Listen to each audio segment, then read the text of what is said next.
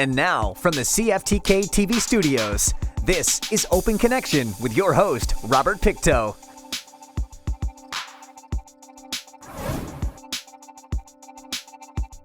Welcome to Open Connection. I'm your host, Robert Pictou. Emergency Response Assistance Canada, ERAC, is a not-for-profit emergency preparedness and response organization that develops, implements, and responds to more than 400 emergency response plans, including emergency response assistance plans, environmental emergency plans, rail security plans, and spill contingency plans. On today's Open Connection, we highlight some training with the Thornhill and Terrace Fire Departments. Yeah, today we've been invited by ERAC, Emergency Response Assistance Canada, along with the sponsor Spectra Energy, AltaGas. And here we're learning on how we can safely approach and maybe possibly mitigate propane hazards in our region. We're pleased to be invited to the site here in City Terrace. We have Thornhill Fire Department District, New Hazelton firefighters and Port Edward firefighters here participating today, and tomorrow I believe round 2 with the city staff as well, and we're learning a lot of great things today. So it's a combination. So we did a full day of class theoretical orientation yesterday, tank car familiarization. I believe the tank car behind us, they went over the valving on that. We did some valving orientation on the local delivery trucks, and then of course today we're doing our live fire component through a couple different commonly occurring issues within what we might see in our communities. All the techniques that we're learning here will apply across the full spectrum of size. Yeah, exactly. So it'll all make sense if we're dealing with a small domestic propane tank to a 400-pound tank behind us here, or the rail car behind us. Everything applies. It's just a bigger situation. I think I've had the pleasure of going through this a few times, so every time I come through it, I get a little bit more comfortable with the product and our abilities to manage that. Additionally, it's new. There's some new tricks and tips on how we approach this, and advancements in firefighting suppression techniques is what we're learning. Actually, that's what I'm taking away with this session. It's just improved techniques on how we approach these incidents. Yeah, to the best of my knowledge, I believe they've got a few stops from Prince George all the way to Rupert over the next couple of weeks. They were very kind to us, so we do dry runs with no fire, and then we just start small, work our way up to what industry believes would be a reasonable representation of what we might encounter. I believe you'll see a fairly significant prop demonstration here after our break. So I just want a big shout out to AltaGas for sponsoring this event and allowing ERAC to come up and provide this service. It's invaluable to our region. I think it's a tough thing to say about the northwest area where we are geographically. So far so good. I never want to jinx it, but definitely the province is going through a real dry spell and hot weather. I think that's a real difficult one to answer. We day by day, we're just evaluating everything. Today's lull in the weather in our local area is welcome, but at the same time it can get just as hot again tomorrow, and any gains that we got today are gone tomorrow. I would say until I have the privilege of reading the after action report, I don't know. I mean, I know pretty much everything you know. Open Connection will be right back after these messages. And now, from the CFTK-TV studios, this is Open Connection with your host, Robert Pictou. Thanks for staying with us. Running 70 cars per day, the Canadian National Railway facilitated more propane exports than it ever recorded when 3 ocean-going vessels carrying Canadian propane departed from AltaGas Ridley Island Propane Export Terminal in Prince Rupert. Incidents involving dangerous goods, including flammable gases and liquids, can happen at any time, any place. Let us return to the conversation to learn how to respond to different fires. When a train carrying flammable liquids is involved in an incident, first responders are often the first on scene. These types of incidents are not typical for first responders. They require a unique approach. Situations involving flammable liquids need to be handled with the appropriate knowledge and expertise. Flammable liquids fires are dangerous goods or hazmat fires. They are complex and pose unique risks. First responders must assess the hazards and mobilize the right resources to ensure public safety. They must exercise extreme caution. Taking action without a proper assessment could make a situation worse. Fortunately, there are plans and procedures in place to help keep everyone safe. For first responders, the first step to safely handle these incidents is by doing a proper assessment from a safe distance. Until specialized resources and personnel arrive on the scene, non-intervention may be the best course of action. Non-intervention is an important response strategy which allows for time to evaluate the potential risks and hazards at the scene, securing the perimeter, and ensuring public safety. Well, we're here helping to support the local fire departments and training them in LPG firefighting and the support of the community and keeping both community and first responders safe and helping them to understand the product and firefighting properties of those products. So we're a not-for-profit organization and we're owned by industry, but we go out and help firefighters from coast to coast understand the properties of these different products and how to do the firefighting. It doesn't happen, it happens extremely rarely, but the whole intent is obviously to be prepared and trained for these types of events. So yes, they do happen, but rarely. We get really positive feedback. We're out here to help them, and I think they appreciate us getting out here and giving them some training and with live fire that gives them the real hands-on experience. So they get a little bit of classroom, but most of it's all hands-on, and they get to understand the product as much as they do understand the firefighting aspects, whether that's defensive or offensive. We support plan members and fire departments in LPG and flammable liquids. We're not dealing with structural fires when we're dealing with this kind of stuff. Those are Class A fires versus this is a fuel fire. So the approach to these fires and having a plan before they go in and understanding the properties of the product and how to approach it as a team if they're going to approach it at all. Sometimes the safest thing to do is just let it burn itself out, depending on the container, but it's mostly about the product and what's in that container and the approach that a firefighter will take to do that. And so our guys are out here to help support the local fire department understand the approaches that they can take. And sometimes that's staying back and evacuating and keeping people safe. At the same token, they can go in and cool and ensure that it doesn't get any worse. So if there's a tank that's on fire, but there isn't a fire on it, it's often better to let that tank just burn itself out. It's safer to have it burn out than in the case of if it was actually being fire impinged, where there's a potential there, and that's when the firefighters will help to support cooling if it's safe to do so. I know that we're working with Prince George and Thornhill and Terrace, and I'm probably missing some, and I'll apologize to that. We're going to head out to Prince Rupert and so on. I believe there are a couple of other fire departments that we are helping out here. Our mandate and mission as an organization is to help first responders understand the roles and responsibilities they have when they roll up. As I said earlier, it doesn't happen very often, but when it does, we want these guys to be prepared and we want them to be safe and help. And by doing that, they help the public being safe. So I don't think we're seeing any more incidents than ever. This is all about preparation and just being, you always want to prepare for the worst and hope for the best.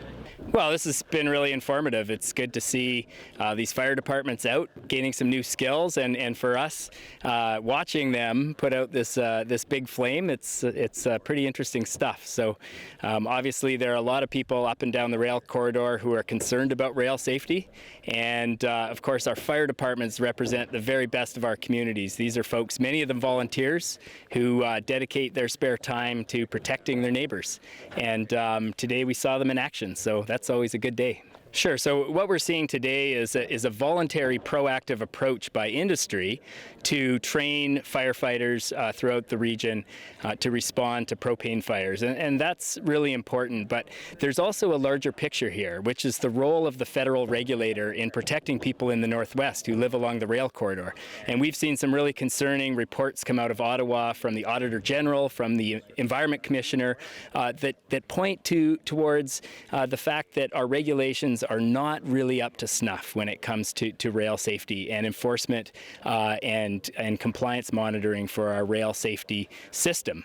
So the question that I have is for the federal government, and that is, what is the requirement for response plans? Where is the equipment? Where are the trained personnel? And what is the federal government's role in talking to communities about what our emergency response is going to be in the unfortunate incident that something goes wrong? So that's a question that I hear up and down the corridor from First Nations, from municipalities, and things are getting better over time, but there's still some big questions, and we see derailments, we see incidents, and most of all, people want to know that should something go wrong, that their safety is going to be protected.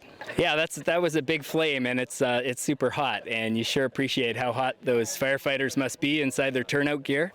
And it's good to see how they approach these things. I had a chance to talk to the fire chief, Dave, here in Terrace, about the capacity of his department.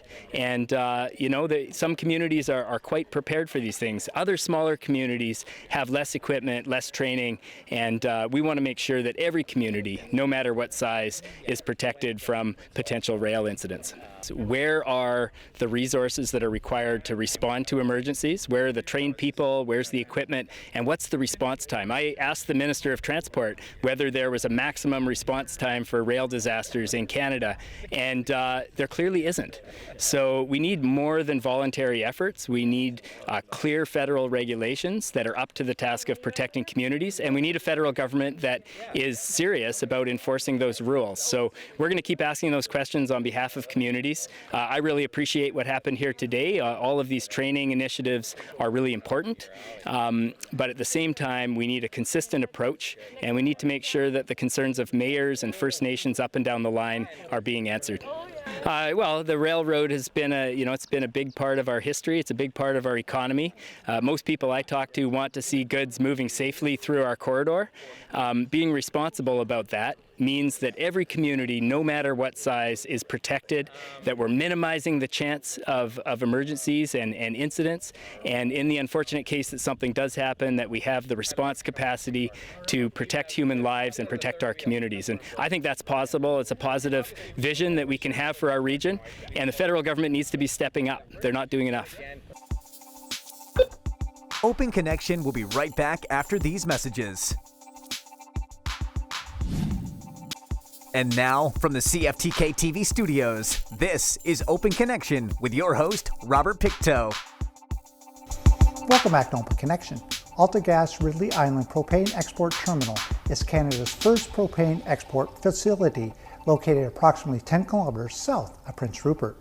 The terminal leverages CN's existing railway network and the deepest harbor in North America to offer Canada's natural gases producers direct access to international markets. Let us return to the conversation to discover how ERNAC is helping local fire departments. In the case of flammable liquids, it's very important to carefully watch for the signs of incident growth as fire volume increases, and for sudden tank car failures called heat-induced tears. During this period, the liquid would continue to burn until another strategy is deemed appropriate. Unlike typical structural fires, where response strategies are decided within minutes of the arrival on scene, the timeline when massive volumes of flammable liquids are involved is measured in hours. The situation is dynamic, and the plan must be re-evaluated periodically. Non-intervention is often the safest approach. Defensive and offensive strategies are high risk and require expertise, careful planning, and for the right resources to be used effectively. For structural firefighting, municipal firefighters will, while still paying attention to their own safety, often go on the offensive to save lives or property. Often in our case, we must first apply a non-intervention strategy to be able to fully understand the situation. And with flammable liquids, there are several possible phenomena. And if we do the wrong thing at the wrong time, we can make things worse rather than better. There's a lot of heat, and as I said, phenomena can be very, very powerful, such as boil over or froth over. You know, it brings back a lot of memories. My band actually sponsored a number of our band members to go to Agassiz to do the same type of training, but not specifically for propane, which is what they're doing here today. It's actually specialized training when you're talking about this type of firefighting. It always has been a concern ever since my chief and council days back in 2003. But the more we got into it, the more we realized all the protections that were in place, all the policies, procedures were in place to actually mitigate the chance of that ever happening. What we're seeing here is worst case scenario.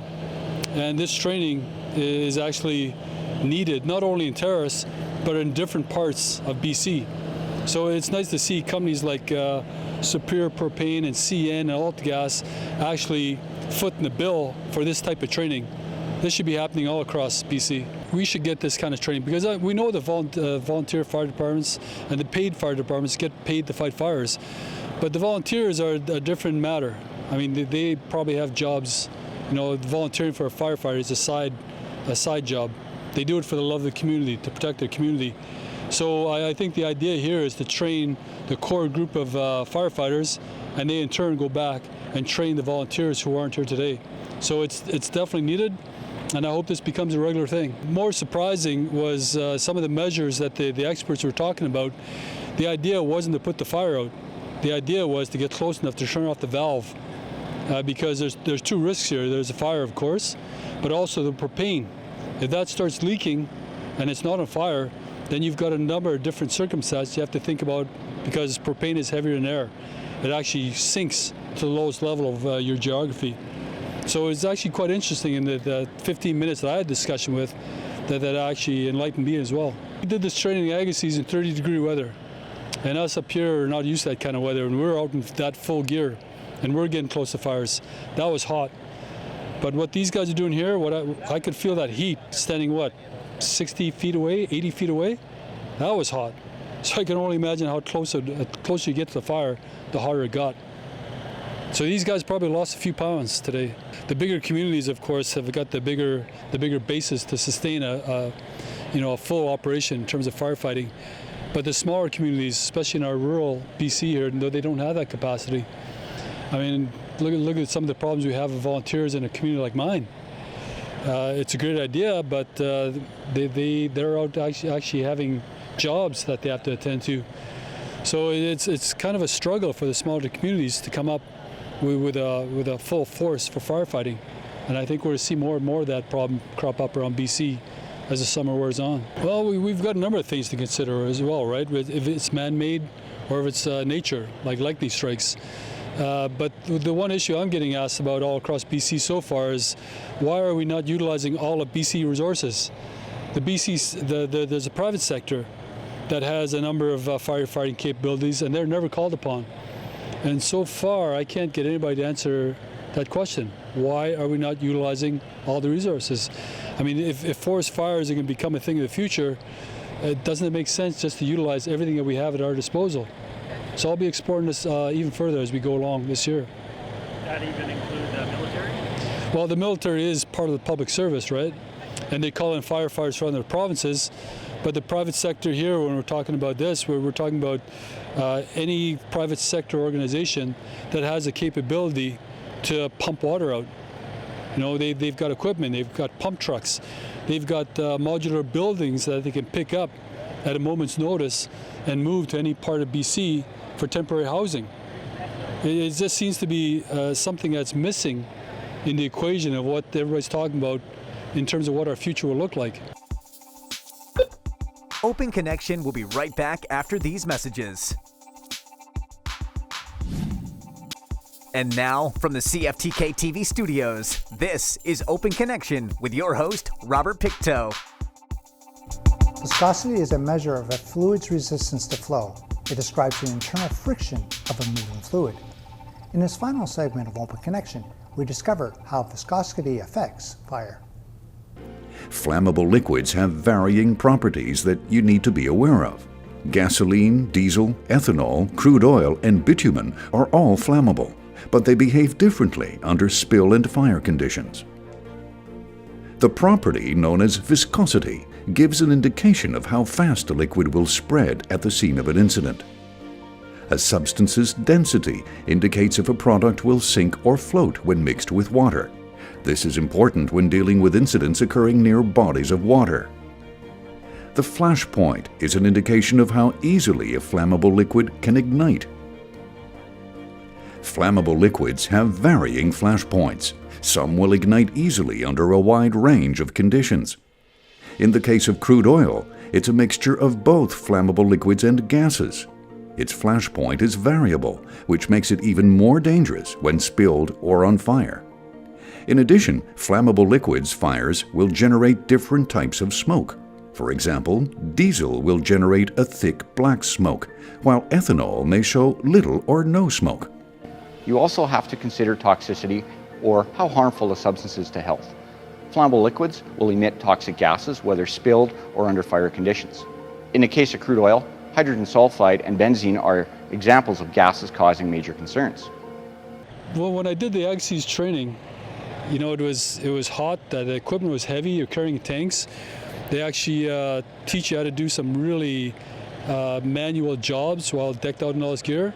And initially I thought it was a good profession to get into, but after I was done my training, I thought better of it.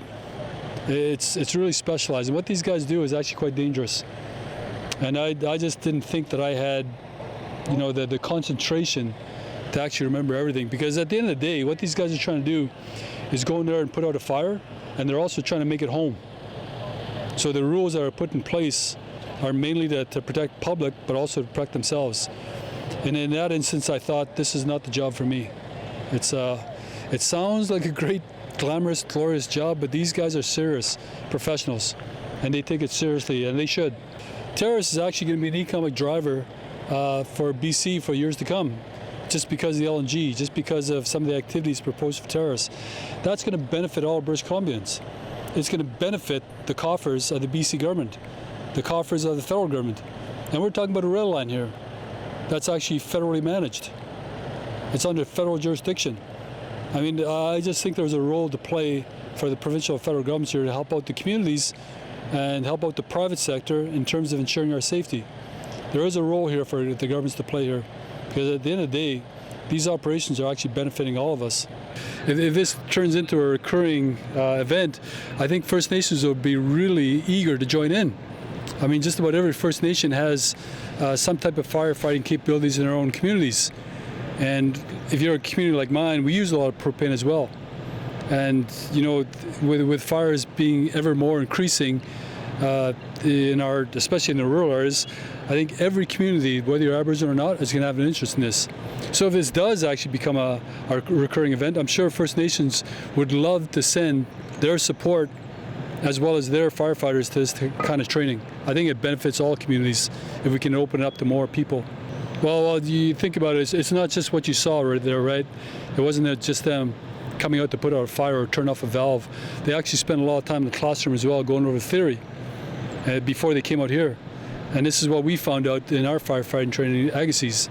So I'm sure First Nations will be looking at this type of event here very closely, and they'll be asking, how do we get involved, or how do we support this? Thank you for joining us for this episode of Open Connection. The greatest distance in the existence of man is not from here to there, but the connection from his mind to his heart. If we can conquer that distance, we can soar like an eagle and realize our immensity within. I'm Robert Pictou.